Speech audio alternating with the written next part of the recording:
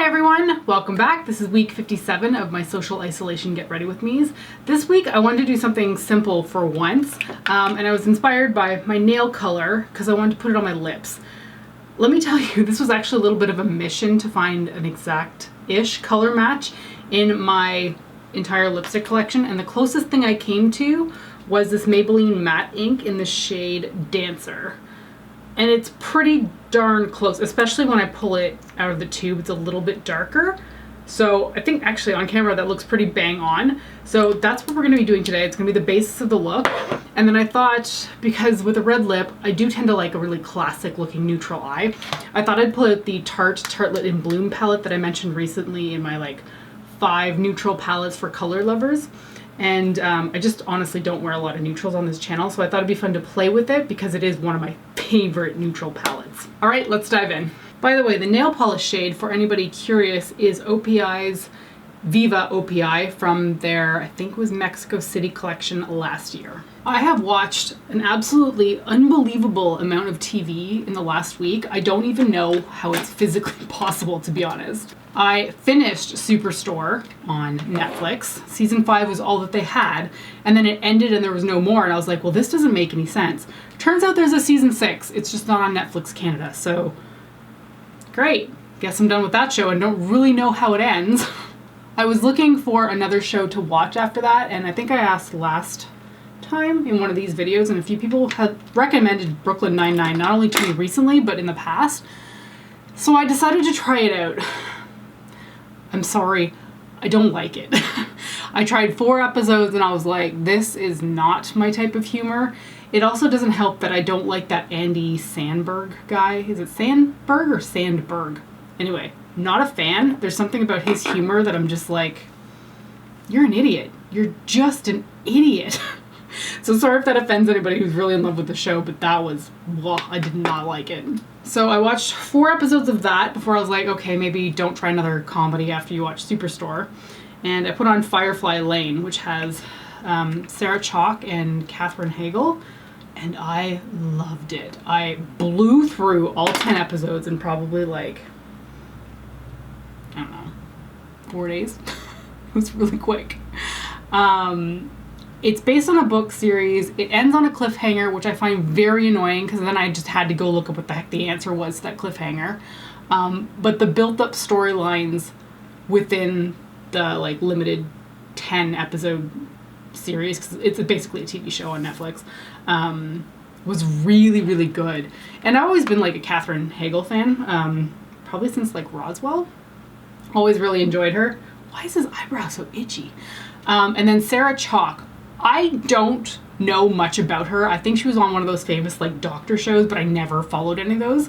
What I remember her from is like a 1990s TV movie that aired with like Hilary Swank, like back in the day. And she's also born in Ottawa, which is my hometown. And it's so funny to me that that one random movie in the 90s stuck out in my head. I don't remember the name of it, but it was with Hilary Swank. Okay, so I am going to attempt my best to keep this to a subtle eye with winged liner and red lips.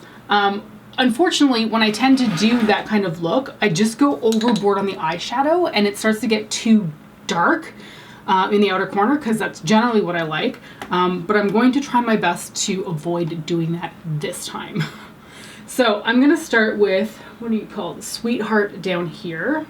I'm going to put that through the crease. I love the smell of this palette. It's like vanilla. And what else have I been watching for TV-wise? I think I took a break after I finished Firefly Lane because that was wasn't exactly lighthearted, so it wasn't heavy either, so don't get me wrong. It's not like a super dramatic series. I say that, but there is a lot of drama in it too, so okay. Anyway, I took a break after watching Firefly Lane. I was just scouring Instagram, I think, one day, and noticed that they're making a Queer as Folk revival. I loved that show. Okay, loved it. It was filmed in Toronto, even though it took place in Philadelphia. My friend Dee and I would try to like go down to the sets in the middle of the frickin' night, like where Babylon was supposedly filmed was down on Richmond Street here in Toronto, and we like try to see all the actors. We did see the actors a few times. Got yelled at by security because we kept going in and out of the shot. But I loved Queer as Folk. And I think, when did that last air? 2004, 2005? And I'm not too keen on them doing a revival of it because I was so in love with the American cast. I couldn't get into the UK version, but the American one was really up my alley. I know they did a reboot of the L Word, or maybe it was like an extension of the L Word. I didn't watch that. Maybe I should get on that one. But I feel like it got announced, it happened, and then nobody ever talked about it, so I have no idea if it was ever any good. My life lately is just TV. Okay, for the lid, I'm going to take Funny Girl down here, which is a champagne shimmer color. Just going to put that, why am I so far from the desk? Put that all over the lid. So yeah, a lot of TV in my life lately. I've resulted to watching it while I play World of Warcraft, basically. Unless I'm talking like friends on Discord, I'll just watch some TV. Okay, now here's the part where I need to remind myself to keep it subtle. I'm going to take Rebel down here, even though my natural inclination is to go for Leader. So I'm sticking with Rebel. I'm just going to take a little bit of that on my brush. I'm going to put that in the outer corner and pull it through the crease. And I'm not going to go any darker. I think this might be partially inspired by Emily in Paris, where they tend to do makeup on French girls, like basically like pretty pared down eyes, but like beautiful red lips, which always looks really nice. But I really like playing with eyeshadow, so I always end up overdoing it up top, which is fine. I love it, and I love color and all that kind of stuff. But sometimes when I try to go for like a simpler look, I just fail miserably every time. Okay, for my brow bone highlight shade, I'm going to be taking Charmer up here. You know, even looking at this in the viewfinder, I think I've still made it a little bit more darker than I intended. Can I like blend this out just with like a blank brush? Just try to like pull out some of the color. I mean, it's coming off on my brush, but I don't know if it's having the desired effect that I want. May have just muddied that up by accident. Okay, moving on, winged liner. I'm going to be using my Physicians Formula Eye Booster.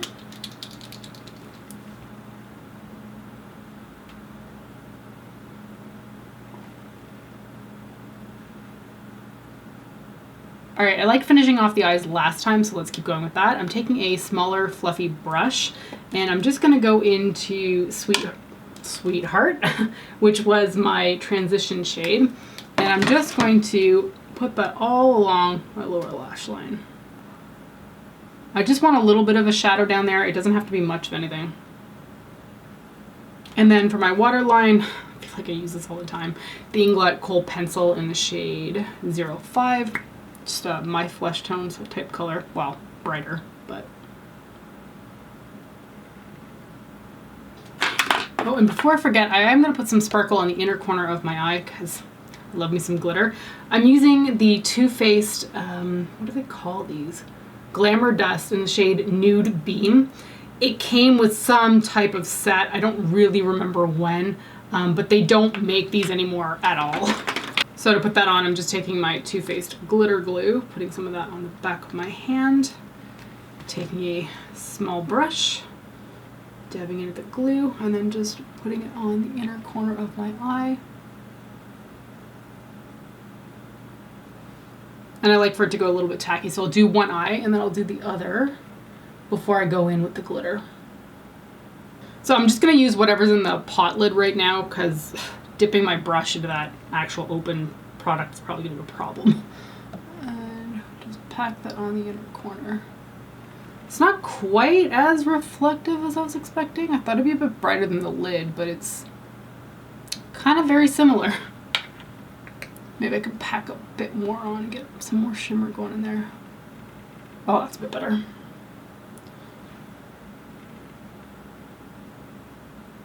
Okay, so for mascara, I'm doing two different ones because I think I used this one for the first time last week and I hated it. But it's small and convenient for my lower lash line or lower lashes, so I'm going to use it on there. It's the MAC In Extreme Dimension Lash. I obviously have a very small baby sample size here. And then for my upper lashes, I'm going to be using the Kohl Beauty Pump Up the Volume Maxi Volume Mascara. The reason I don't want to use this one on my bottom lashes is because this is so freaking big. Like, just look at that. That's enormous. That's not happening. So I'm going to put these on my upper lashes. I don't know about this formula yet, by the way. I tried it for the first time the other day. I was like, it's okay. But these big wands, I don't understand. Okay, for lashes, I'm using the SocialEyes Lady Lashes. They're basically like a half lash, which is good because I didn't want something too much. Okay, lashes are on. While that lash glue is drying, before I go back over it with a liner to cover that lash band, I'm going to move on to the face. I'm trying a different foundation because I know I keep using the same ones over and over again. Sadly, now I've realized that I've picked one that is discontinued, so even if you like it, you can get your hands on it. Great. This is the CYO Lifeproof Long Lasting Foundation. I have this shade 102. Been a while since I've used this, so I'm hoping it's the right color. So let's talk about vaccines. The launch in Toronto has been so bad. They finally opened it up. I think I mentioned this last week, to postal codes that were in hotspots, of which I am in one. And so they were like, okay, slots open up at Thursday at 7 o'clock, you know, be online, book your appointment, blah, blah, blah. Well, I was online at 7 o'clock and that queue was 2 hours long. And as it turned out, the next day, they did not have 2,000 vaccines available whatsoever. Turns out they had 10. And that's a number I read almost a week ago. I'm filming this video kind of late. And I almost wonder if I just misread that, because that seems insane. How did they only have 10 slots available and they opened it up for a hotspot postal code in Toronto? Like, it doesn't make any sense. So more are apparently opening up this Thursday at 7, and I'm sure it's going to be another nightmare. But suffice to say, I obviously do not have an appointment to get the vaccine done. I mean, I'm glad that it's opening up more and more people are getting it in different age groups that are not just like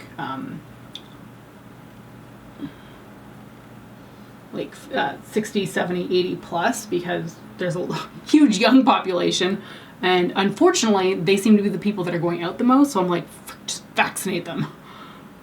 So I mean, not much really changes for me, vaccinated or not. I just stay at home and don't really do anything else. So I'm just gonna have to wait my turn. I just really want that vaccine in my system.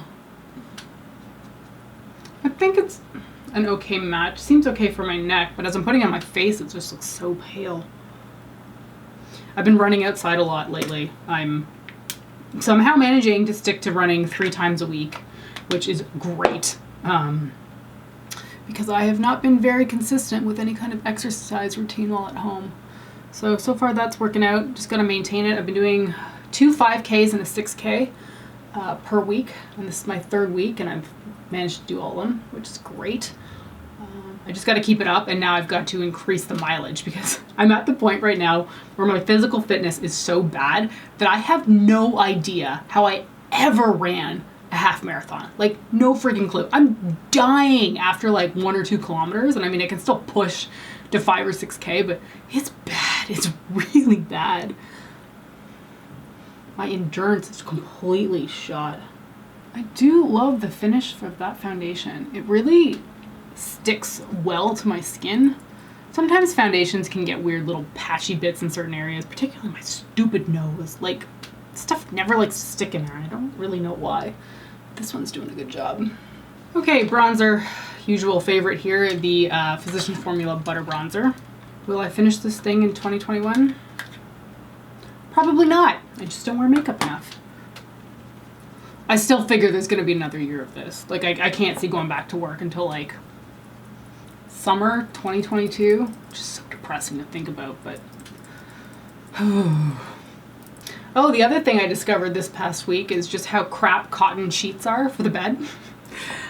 We needed new sheets for our bed, so I went out and bought what I thought was good quality stuff, you know, like 500 count Egyptian cotton sheets, cost over $100. I mean, just barely over, like 120, you know, that feels like it should be good quality, right? The reviews were excellent. Everybody said how soft the sheets were. I got them. We put them on the bed.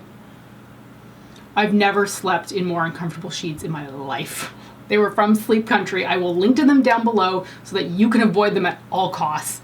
They were trash. It was like sleeping with burlap on top of you. It was so coarse and so uncomfortable. And I was like, what the hell is this? Why is this so bad? So I called my mom because moms always know best. And she's like, yeah, the sheets that I gave you that you really like, which we have, but you know, we're in the wash and I wanted a new pair anyway. She's like, they're made out of bamboo. And I was like, okay, I've seen bamboo sheets before, but I didn't know that they were that much better. So I ordered a set of bamboo sheets, and let me tell you, they are the most comfortable sheets that I have ever slept on in my entire life. It is like the most luxurious feeling in the world sleeping on these sheets. They were pricey. They were about $200 at Sleep Country, which is where the crap burlap sheets were from as well. But honestly, they're so freaking good. I want to go buy another sheet set because they are just comfort. Unfortunately, now I've got that horrible sheet set that's just sitting in my closet. And I'm like, I can't bring myself to throw it out because it did cost, you know, like $120. But I'm never going to use it, and they're so bad that I would never want to put them on the guest bed for anybody coming over because that's just cruel. They're awful. But yeah, I don't know why I am 38 years old and only just now finding out that bamboo sheets are where it's at. They're so good. Okay, for blush, I'm going to be using the NARS and Sarah Moon collaboration shade, which is Impudique. That is the color. It sort of matches my lip color, but not quite. And I didn't have anything quite bang on, so I'm going to use very little of this because this can go overboard fast. I mean, obviously, look at the color. Because I just want a hint of color. And as soon as I say that, it's overboard already. Okay, I'm going to flip this over and try to blend that out. And then I'm going to go over it with my Beauty Blender afterwards. I like brightly colored blush. I do, but it's just so easy to go wild with it. Yeah, that's too much. Okay, sponge still has foundation on it, just going over top. Just take it down. That's fine. Like just a very, very faint hint of color. Okay, and then for highlighter, one of my absolute favorites that I always bring with me on vacation and never remember to use at home because it's one of those travel size things, the Benefit What's Up highlighter. This is one of the most gorgeous highlighters ever. Whenever I see it on like a friend's face, I don't immediately know what it is, but I always am drawn to it. I'm like, what are you wearing? And they're like, Benefit What's Up. And I'm like, oh my God, it's just so good. And I've been using this this was one of the birthday gifts from Sephora many years ago for a long time, and I've still got tons of it left. It's one that if I did run out, I would buy a full size of it, but that thing would be going with me to the grave because there's no way I would ever finish it. So yeah, it looks nice-ish on camera. It really doesn't come across that strongly with the bright lights and all that kind of stuff, but in person, oh, just stunning. All right, that's mostly everything done except for my brows. So I'm gonna do those and I'll be right back and we'll finish up with the lips. Okay, now for the part that's gonna make all of this really come alive, I hope, the lip color. So again, this is the Maybelline Matte Ink in the shade Dancer.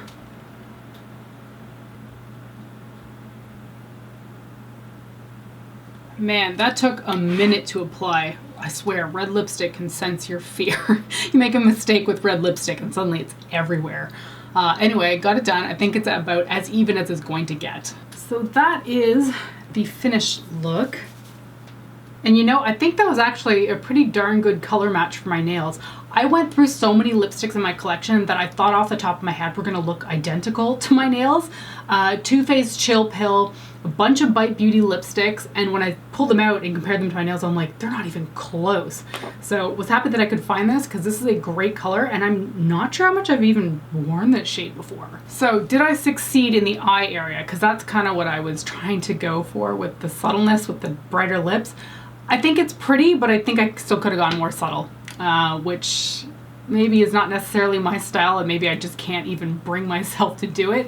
I think the overall look is good though. With red lips, I do try to wear less colorful shades on the eyes, just because I like a little bit more of a classic look when I'm wearing red lips. Maybelline Matte Inks. I mean, I've talked about these for years now. They're phenomenal. Like, they're just transfer proof.